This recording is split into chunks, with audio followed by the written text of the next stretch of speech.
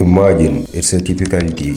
You are holding your sleek smartphone, perhaps an iPhone, your feet inside your favorite Nike sneakers, each step cushioned by decades of sports science innovation. In your hand is a chill Coca-Cola, the condensation dripping down the side as you take a refreshing sip.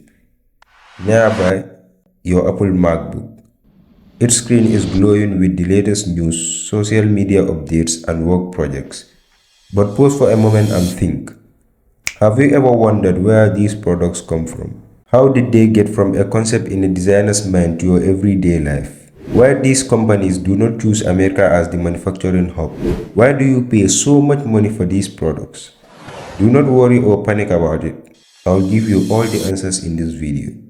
Not keeping answers for long, but what if I told you that a vast majority of these iconic American products are manufactured thousands of miles away in China?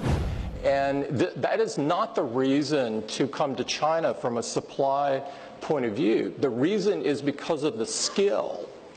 And because China has made it easy for Apple to do business in China.